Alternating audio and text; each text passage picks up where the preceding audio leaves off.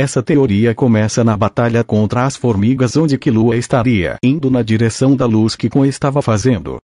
Mas os socos de Gon foram tão poderosos que com a chegada de Killua abriu uma espécie de portal. E esse portal puxou o Killua, onde ele acaba caindo no chão e se perguntando onde ele estava e onde o Gon estava. E acaba desmaiado por conta de que as rajadas de Nen de Gon era muito poderosa. Onde ele acorda e vê que está em um beco. E ao lembrar de Gon, ele tenta ligar para um de seus amigos. Mas o celular dele não está mais pegando naquele lugar e acaba escutando um estrondo. Ao ir de onde veio o barulho, ele vê um cara gigante e um cara de madeira, onde ele se pergunta se eles são usuários de Nen. Mas ao reparar melhor, ele vê que todos que estavam vendo a luta dos dois eram bem diferentes. E fica se perguntando se todos ali são usuários de Nen. Mas ele escuta uma voz pedindo para ele ir para o lado, onde Killua vê que ele é o único normal por ali e deixa ele ver a luta, onde ele vê o garoto anotando algo. E ele pergunta o que ele estava anotando, onde o garoto responde que estava escrevendo sobre as individualidades dos heróis. E Killua, entendendo um pouco que as pessoas daquele lugar não usam Nen,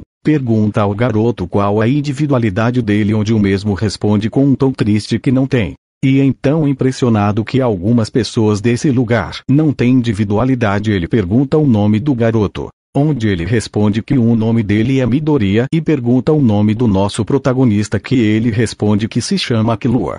E que de repente aparece uma mulher gigante e derruba um dos dois caras que estavam lutando. E depois que tudo já tinha passado, ele pergunta pro Midoriya se ele já ouviu na associação um ter ou no nome Zodiac. E Midoriya responde que nunca ouviu falar nesses nomes, e Killua começou a se perguntar onde ele estava e se onde ele estava era um lugar isolado de onde ele é. Então ele pergunta qual o nome da cidade que ele estava e Midoriya responde e Killua não conhece esse lugar. E então, quando eles estavam passando por um túnel, uma gosma cai e avança para atacar os dois, mas Killua consegue se esquivar, mas Midoriya não consegue e é pego pela gosma.